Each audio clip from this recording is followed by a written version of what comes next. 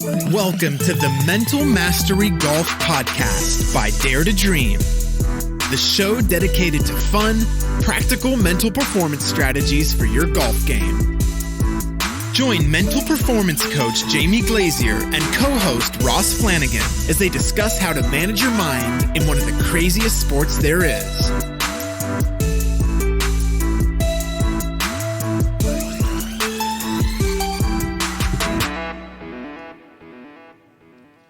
Welcome back to the Mental Mastery Golf Podcast, everybody. The podcast for everyday golfers like you and me looking to improve their golf.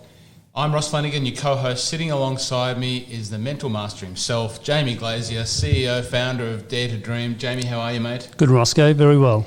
Great to have you back. Great to have us all back in the... We've moved again. We have. We keep moving. We're exploring every nook and cranny of our golfing home down here at PK, and on this wonderful, well, it's not New Year's Eve, it's the 30th of December that we're recording this. Yeah. We are sitting here in the boardroom. We're looking like two kings of the PK environment, but we've snuck in here because there's no one else here. But it's great to be down here again, recording episode, what are we? Episode 6. Who would have ever thought episode 6? Eh? Anyway, it's still going well for us, and this episode is a really, really important one for all of the golfers out there looking towards next year, and that is around goal setting. Now, myself, probably not the greatest goal setter in the world, I have to admit. Yeah. And that's why when we were talking about end of year, new year podcast, we thought goal setting is a good one. Yeah. Now, Jamie, you've been working in this space for a long time, and you've worked at the highest level with some of the high athletes that you've worked with and your own world. How do we start to talk about goal setting in a way that's going to help everyone out there become better golfers? Yeah, look, goal setting is very much an interesting process for us athletes, us golfers, to get better. And I think for myself, my own experience with goals when I was a tennis player is it was quite an unhealthy process, goal setting, because I was told to set goals really, really high, and inevitably I'd continue to fail. And then after a while I sort of had this attitude towards why bother? If I'm going to just keep failing, why bother set goals? And then your flip side of that, if you don't have any goals, for me, there was also didn't have purpose or intent to what I was doing, or not as much purpose or not as much intent. But it also was probably emotionally a little bit of a healthier process for me because I wasn't beating myself up so much. And over the past sort of 10 or 15 years, I've really noticed that a lot of people do have an unhealthy relationship with goal setting because of a similar pattern that I went through, where they never achieve them, so they get to that why bother stage. So I think it's goal setting is very, very important, but it needs to be framed in the right way for you. Some people can deal with failing, not achieving their goals, but they have this understanding that they're failing forward. Other people, when they fail, they don't maybe handle that as well, and it has a negative effect on them. So if you're a golfer out there listening to this podcast and you're currently assessing where you're at and where you want to get to in 2020 with your golf, where do you start? Yeah. Let's take it from my perspective. Use me as the case study. I set goals. Yeah. And I loosely write them down. Mm-hmm. At the start of that period. Yeah. And then at some point in the time, I'm either sort of reflecting on them and just self-analysing how they're going. But at some point, that whole review and, recalibrate process doesn't happen. So I think it comes back down to the start point for me. Yep. And the effectiveness of the goal setting. Yep.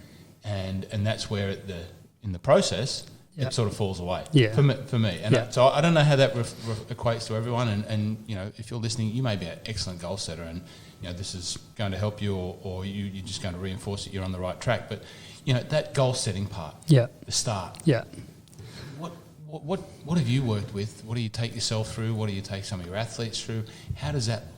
So the first 6 to 8 weeks of a goal setting, like we're looking at the 30th of December, New Year's resolutions and all that sort of stuff. So we're looking at setting goals for 2020, and the first 6 to 8 weeks are critical, like absolutely critical. Most people have a large goal in mind for the year, which is fine, but that's a 12-month process. So in a golfing sense, a large goal might be? So let's say for you, if your handicap's 4.0. 3.5 actually, thanks very much. Sorry about that, 3.5. A large goal for you might be to get your handicap down to 1.0 by the end of the year, or 1.5 for someone like me who's on 9.0. My big goal might be 4.5 or 4.0 by the end of the year. Now, whatever I do in the first 6 to 8 weeks, there's only going to be a very small amount of what I do, what I achieve, that's going to relate to 4.0. But that doesn't mean I'm not on the right path. So I have to break down my 4.0 goal into very small chunks so that the first 6 to 8 weeks, I'm getting a lot of positive reinforcement. I'm getting a lot of encouragement that I'm on the right track and I'm actually making the right steps or right improvements, that with 12 months of path ahead of me, I've got a good chance to achieve my goal. But in the past, I've had a 4.0 goal in mind, and everything I do in the first 6 to 8 weeks, I measure against a 4.0, which I'm going to fail a lot, lose some encouragement, lose some motivation, and then most likely after about 4 or 6 weeks, I don't feel good about this process, so I'm going to let it go. And then I don't stay the path, and then ultimately I don't achieve my goal. So, in that process, how do you, that 6 to 8 weeks, is there a way that we should be reviewing those goals? Is it just as a matter of fact, just looking at, input, I played golf 6 times, I've gone from 9.0 to 8.9. Yep. Is there a tick box plus or minus? Is it, how do you analyse that in a way that you can, either recalibrate, if recalibrating is a thing, or acknowledge that you've made some great progress, or acknowledge that you need to keep working? Yeah. Is it simple? Yeah, well, it's simple. I like to generally look at breaking goals down into, like for next year, 12-month period, break it down into 4 quarters. So 3 months, sometimes depending upon how much volume of golf you play. If you're playing twice a week, maybe twice a week. I was going to say once a week, but that's still maybe not enough to review on a monthly basis. But if you're playing twice a week, putting in a couple of hours of practice and training a week, then you have enough volume to review every month. At the end of each month, just sit back and go, okay, where am I at? What input have I put in? And what's the output that I've got back? Now, I was saying to you earlier that if my goal from 9.0 to get to 4.0, a goal that I'd like to set myself by the end of March or end of February, depending upon how much I play, might be as simple as get my handicap down to 8.2 or 8.5, or if it's a 3-month stretch, maybe 7.5. So just break it down so that's your first. For me, there's never enough positive reinforcement. So if we break it down into first goal, 8.5, second goal, 7.5, third goal, 6.0. So as you progress, you can have those chunks slightly bigger, the steps slightly bigger, because you've got that positive reinforcement, patting yourself on the back. You've got that belief that you are on the right track, that belief that you can achieve. So you can set goals just a little bit higher each time. And for me, it's, as I said, there's never enough positive reinforcement we can have. So is it within that goal structure, the inputs to achieving that goal, do they form the other parts of the goal plan? Yeah. So for me, and we've spoken about it in the brain hack episode, and where you gave me a whack about I played at the Oz Open, doing those, changing those behaviours for me is a really important part of improving my gamesmanship. Yeah. So for me, that is going to form part of my goal plan. Yeah. Which is, as far as I can see it, a contributing factor to achieving my goal for next year, which is actually not 1.5, it's or 1. Yeah. It's 0. Yeah. Does that form a part of another goal? Is that a goal within a goal? There's when we talk about goals, there's two goals. There's outcome goals, yes. which is the 0 or the 4.0 for me. But then there's the process goals, right. which are the actions and the behaviours, the steps that you have to put in place and you have to execute that's going to help create that change. So when we go back to that cognitive sequence, the thoughts, emotions, behaviours, outcomes, it's if I want to change my behaviours that's going to help me to get a better outcome, what part of that cycle do I need to strengthen? Is it a technical behaviour or is it a mental behaviour that's holding me back? And you know, for me, it's a really important thing. Like even yesterday, I played, and as I sort of might have mentioned on my last podcast, I'm starting to activate more of a competitive mindset within my own game. I've just had a really great, fun relationship with golf, loving the banter, loving the social side, but have not been competitive at all this year. And the last couple of rounds, I've really tried to get competitive, and I've absolutely loved it. And yesterday, I noticed it was the first round of golf where, you know, when you start a round and you're not nervous, but you're feeling probably nervous, anxious, excited, like heart rate's up. I felt that every shot for the first 3 holes, but I noticed that didn't go away. 6 holes, 7 holes, 8 holes, it's still there. But I had a healthy relationship. I'm like, this is the first time I'm actually, in my own mind, this means something to me. So I should have an elevated heart rate. That's not a strange thing. That's a really good thing that's there, because that hasn't been there at all with my own game. And for me, I just started to pay attention and be aware of what's actually happening. And about 8 holes in, I got my voice memo out and just spoke into my voice memo. Okay, so today, you know, feeling really good. I'm actually elevated heart rate, feeling quite nervous, but I'm noticing that my attention and my focus is actually quite sharp. There was a little bit of timidness, a little bit of maybe playing a little bit too conservatively, and the North Course around here can do that to a lot of us. But one of the big patterns I noticed was that I had 3 really poor shots that equated to 3 outs, and all those shots were just a lack of commitment to what I was doing over the ball and during the swing. I just lost a little bit of connection and then therefore commitment. And I just put that in the voice memo at the end of the day. I had 31 points and I walked off. I'm like, there are a lot of good things going on today. And I know that the one thing that really cost me today was just my commitment on a couple of those shots. If I play any other course, I probably don't lose a ball and have a wipe.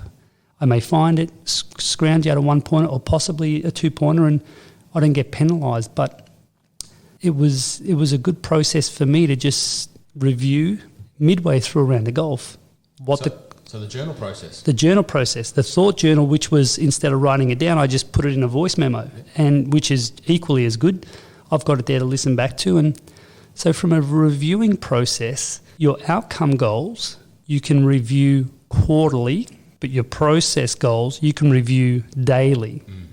So because you've got to check in with yourself, you've got to just keep yourself accountable to, am I doing the things that I've trained myself to do, or what are the things that are getting in the way of my outcomes that I need to start training to do? Yeah. So, breaking those up. If we go through a process that I've worked on for years called a dream chart, okay, it's basically just a goal-setting process.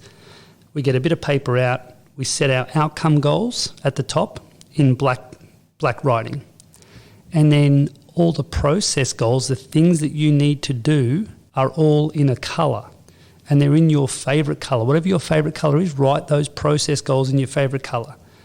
Put that up on your wall, and you try and just read through those things once or twice or 3 times a week. And what happens is our mind's attracted to colour. So when we look at that sheet, we're going to go to the colour a lot more, which is what we want to do, because the process goals are way more important than the outcome goals.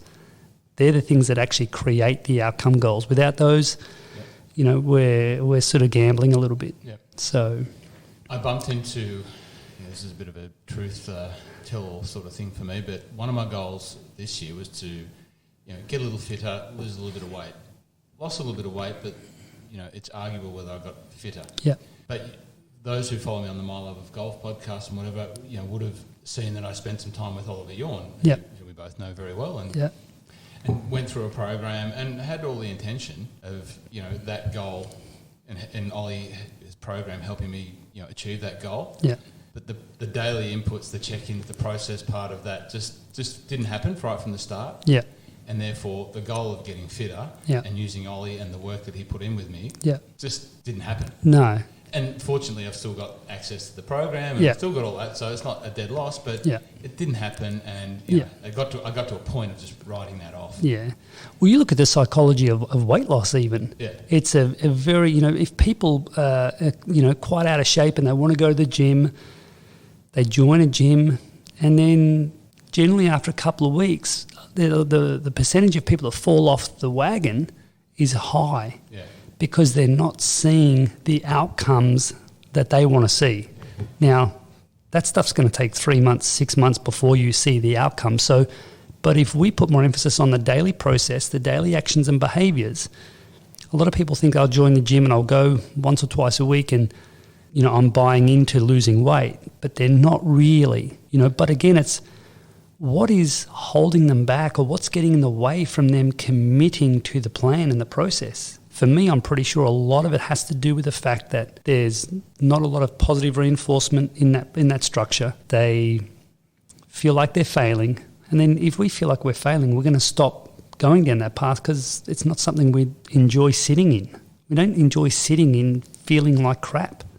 So we've got to try and create a process and a structure. Some people are a bit more resilient. They can fail and take the growth out of it. When we talk about failing forward, they can fail, but go, you know what, I'm failing forward and I'm on the right path and I just got to keep doing what I'm doing. Other people fail and they're not as resilient. They don't have that same view of failure. And that's okay. I mean, everyone's a bit different. So, but I think for me, if we look at one model process, positive reinforcement works for everyone. Yeah. So, chunking goals down and making them really small steps, and it's a good point that you used in regards to your fitness and your health, and this year similar goals for me. My shoulder's been horrible all year, and for me my goal was to get healthy, just be able to play golf and not feel like I've been in a war, been in a fight with Mike Tyson, because my body's just killing me, and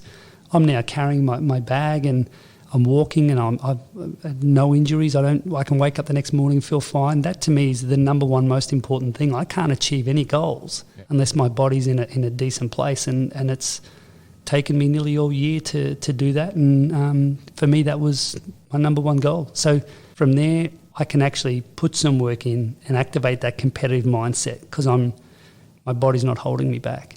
So when I opened up the intro here, I said that I set goals, but I probably wasn't the best person at keeping myself accountable to it. And I listened back to on the other podcast that we do my review of last year, and I made mention of finishing on a 3.5 handicap, which is exactly where I finished this year. Yeah. So that's I take a very positive out of that. But I really didn't put any effort or attention into the management of that. I think I just had this loose sort of connection to just wanting to be better. Yeah.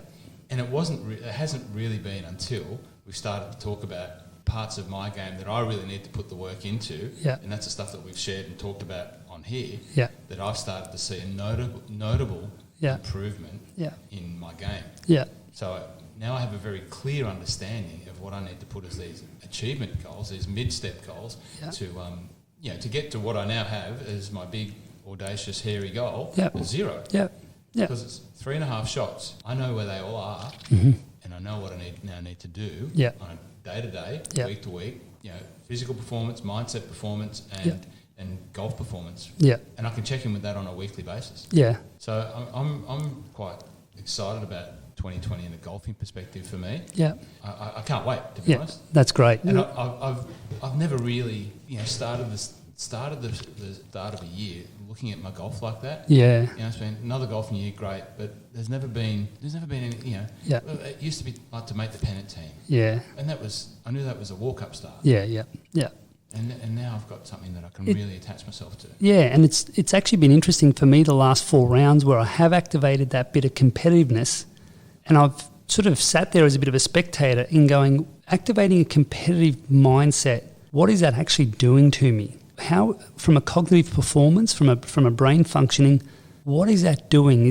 What's the positive effect of that, or what's the negative effect of that? And it's been really interesting for me to realise again, and I know it, and I work with people on a daily basis about this, but to experience it myself, it's really cool to go, it narrowed my focus. It gave me more purpose, it gave me more intention for shots.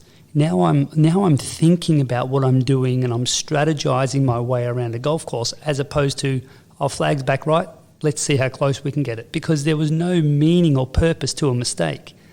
If I hit it in the back trap, which is the worst spot ever, I didn't care. Yeah. It didn't bother me. So then what I'm going to do is I get in the back trap and I'm trying to play the 1% shot, the soft flop shot that lands on the lip of the bunker and just releases down. I don't have that shot. I don't have it 70% plus of the time that I need to pull it up, or to commit to it, but I'll try it because I don't care what happens. I've got no goal. So now all of a sudden I'm actually strategizing my way, thinking. And yesterday's round, even though I had 31 points, I drove out of here and I'm like, I felt really rewarded. I felt like that's what I want out of golf now. I want to be challenged. And I'm not going to win that challenge all the time, but I took a lot of positives out of that and a lot of lessons in what do I need to tweak next round? What do I need to keep doing that I did really well, but what do I need to tweak just to try and fine-tune that a little bit? And, I've had 4 rounds. I've had 2 rounds of 3 up and 2 up, 5 down yesterday and 2 down. So yesterday of 5 down was my worst score in the last 4 rounds. That's by far a really solid sort of improvement for me.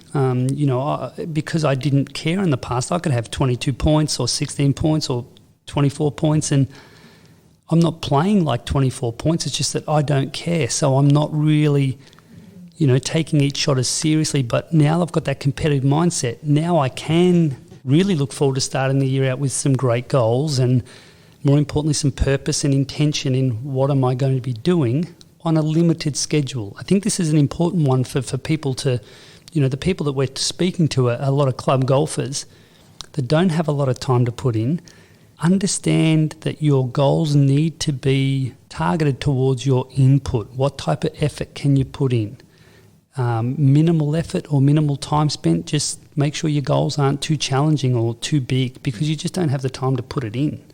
So, for me, that's where reviewing and resetting goals every month or every quarter is important, because I think I spoke to you earlier. I'm like, if I want to get from 9.0 to 4.0, the first 3 months of next year where my game's still, it's gotten a lot better, but it's still not at a 4.0 standard. But also it might be, the 3 months might be my opportunity to play as much golf as I possibly can and get some work in with the weather being good. So I might try and make a decent chunk in that 5 shots that I've got to try and lose in those first couple of months. The third quarter, being the winter season, I might not play as much.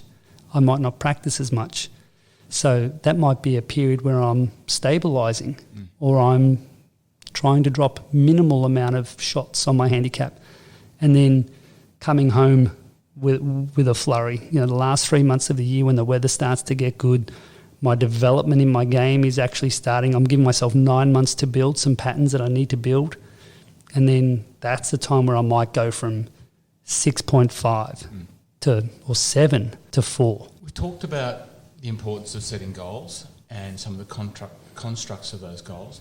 And we touched on it a little bit before when you talked about the colours, using the colours. Yeah. For the guys out there that haven't really gone through a goal setting process, or their skill in that area isn't as strong as some, how do you start? It's like an architect with a blank bit of paper. It's the scariest time. Yeah. How do you start? I've got some ideas from my corporate world experience. Very good strategies for helping people who wanted to develop professionally, and I think it's ultimately transferable, which we can talk about. But how do you start from your perspective? Yeah. Blank sheet of paper. Look at where I am. Mm-hmm. Okay, so write down exactly where I am. So for me, say 9.0. And be honest. And then write down like where your game's at. Mm-hmm. What are some of the strengths? What are some of the weaknesses? It's important to understand right now, like for me, if I'm off 9.0, what are the 2 main critical factors that have caused me to go to 9.0?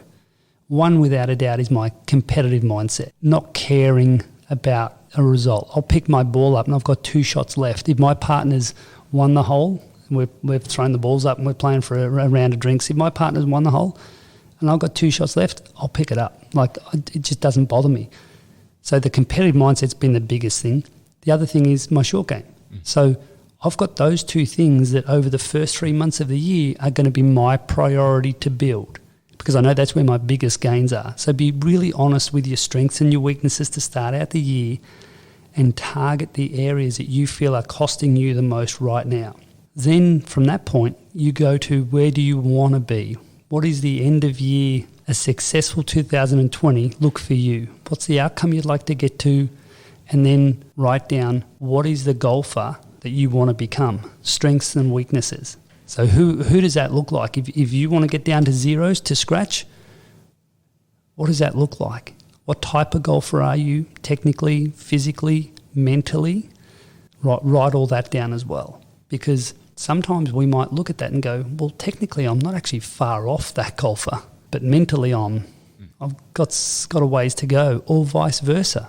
For me, I know the last few months, mentally I was probably pretty decent, but technically I was not great at all. So hence having to go get a lesson, and then now I'm actually striking the ball pretty well, and I feel pretty comfortable and confident. I know what I'm going to do with the golf ball. Not that it happens all the time, but I feel like I've got some control back, which is, for me, it was important. So just have a look at who's that person you want to become at the end of the year. And then we just start to build a plan of how do we get from here to there. So in that planning phase, some of the tools that we've used in the corporate world before, and there's always one acronym that you can Google this acronym in a training sense, and it's quite handy for some people. It's called SMART, SMART goals. Yep. Specific, and I'm thinking off the cuff here. Measurable, attainable, realistic or relatable, and a time frame. Yep. And I think that's a really good, if you just have that acronym there, and when you're doing the big goals, use that, and put that somewhere on your goal setting piece of paper. Yeah. And to your using the colours, there's a couple of tools that you can go to Officeworks and get. Yeah. Post-it note makes some very good pieces of office equipment. Yeah. Sticky notes, I think they're famous for, Jamie. It's not a sponsored post. Yeah. But they make some big ones, big like easel frame post-it notes, which you use in a conferencing type thing. Yeah. Write them on the wall. Yeah. Write them up big. Yeah. Stick it on your office, stick it in your bedroom, stick it in your man cave or your boy cave or your girl cave or whatever sort of cave you have. Yeah. That, as you say, you're looking at it all the time. Yeah. The small step, the smaller goals, what's the correct way for us to input goals? The process goals? Process goals, yep. So in my mind, when I'm sitting here listening and talking about this, I've got the small block of post-it notes. I'm visualising the small block of post-it notes, and I'm thinking about every little step that I need to improve, everything that I want to work on, everything that I need to achieve. Yeah. And I'm just spitballing them, and I'm just writing them all on a bit of post-it note, and I'm sticking them up on the wall. And that might be 10, it might be 20, it might be things in your golf game that you might think need some work. Yeah. Obviously, if you get 50 or 20 or whatever, there's a lot there. But that then allows me to then come and prioritise those, to come and align them under specific areas. Yes. And then bring them back into, short game. Mm-hmm. And I've got 3 or 4 there. Yeah. I've got 3 or 4 and I'll put them under short game. And then I've got long game, and then I've got mental game, and then I've got fitness game, and then I've got the who I want to be game. Yeah. And I've lined them all up into those little buckets. Yeah. And then I can prioritise them. I think that's a really good point, Roscoe, because a lot of people have all these things they want to focus on, and they try to do them all at once. And it's just not doable. Unless you're playing golf full time, it's not doable to actually make an impact on those things. So what you said to prioritise, I would definitely just be breaking the year down into quarters. What are my priorities in the first 3 months? The fewer, the better. Okay, if it's 1 on your short game. Yeah. If it's 1 on your mental game, and then you just focus on developing those things for that quarter, what you'll find is, because you have an isolated attention, okay, and you've got a high level of engagement to the process you're building, it won't take 3 months to build it. It might take 6 weeks. So then it's time to reset. When you feel like, hey, that's really at a solid point now, that's really, really great. What's my next priority in that part of the game? So a mental part you might build in 6 weeks and you feel like that's solid. Then what's the next layer? Then you bring that in. But you might keep the same short game process, technical process, because you haven't developed that enough yet before you can push that aside and bring another one in. But yeah, I think that's the prioritization of things is crucial. As I say, I just think a blank piece of paper is very scary. Yeah. And just post-it note example, just stick them on the wall and just have a look, and then just move them into little time frames or priority buckets. And, if that's a tip or technique that works for you. Yeah. And I think another point is we've spoken a lot about goals being outcome driven. Yep. Like, they don't have to be outcome driven. Like, my goal this year was to get the love back for the game. It wasn't to do with performance based. It wasn't to do with handicap. And I know I've spoken on the podcast about that attitude and mindset of mine has cost me performance wise, but that's okay. I can't now activate that next set of competitive mindset without a love for the game. And for me, this year was just all about get my body just feeling good, and more importantly, just enjoy golf again. Create a healthy relationship with the game and not beat myself up if I play crap or hit a bad shot or have a really bad round. And that, to me, I think there might be a lot more golfers out there at the club level that may need to make that a priority next year, is to create a healthy relationship with the game. Because I often see it, a lot of people come to me and the game creates stress and anxiety, and it should be our outlet for, like we call it Wellness Wednesday, life outside the gates here and outside the golf course is stressful for a lot of us. Life these days is pressure, stress. So we don't want to have any of that in our game of golf. So just make sure the listeners out there that if you want to have outcome-based goals and you want to work towards achieving those, and make sure first and foremost you've got a healthy relationship with the game. Otherwise, you'll find yourself beating your head against a brick wall and maybe in 3 months down the track not be in a good place. So the foundation has to be solid, and generally for most of us it's about having a healthy relationship with the game and just putting a good context around your relationship with golf. In terms of accountability and keeping yourself accountable, one of the other things that I've used in the past and been exposed to is having like an accountability buddy. Are your goals something that you should be prepared or should be happy to share with someone, or should you find someone that you're happy to share with? Is there some benefit in that for you? Absolutely. I mean, I think you look at just because you're not an elite golfer or a professional golfer, and we know a lot of professional golfers have teams around them, swing coach, mental performance coach, physio, they have a whole band of people that help them to become their absolute best. Just because we're not at that level doesn't mean we can't have that process. So if you've got a swing coach, go out there, catch up with them early in the year. All right, Dave, this is where I'm at. What do you think? Let's set some goals. They'll help you put a process in place to this is what you need to do to get to that stage. So have a think about the team around you. They're your accountability buddies or your golfing partners. Generally your mates, there might be a bit of banter and sort of stuff in between, but we all have a common goal and we want to play better golf. So, maybe use those as accountability buddies. Maybe there might be one night a week where you might go to the range together if your life and lifestyle sort of allows.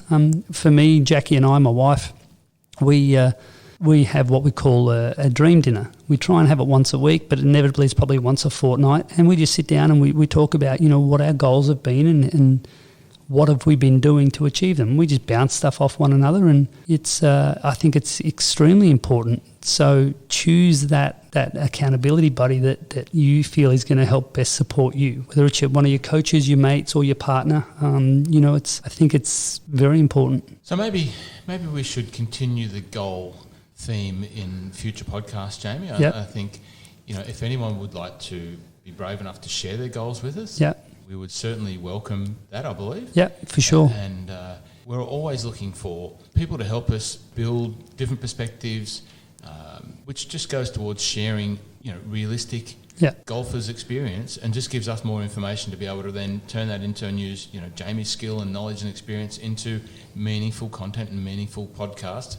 So we might do more goal setting and goal review, using ourselves as the examples. But if anyone else wants to share some of their goals, if they do, do a phone in with them or something like that, Jamie. We could. Yeah, definitely. So no, that'd be great. I think whether it be a end of each month podcast where we just touch on goals, even if it's a 20-minute, 30-minute podcast where we're just checking in on the goal setting process, getting some feedback from listeners on where they are, the questions they might have, the challenges that they're facing, and we keep that going. I think that would be really meaningful and that for both us and the listeners. One of my goals last year was to start and keep the My Love of Golf podcast going.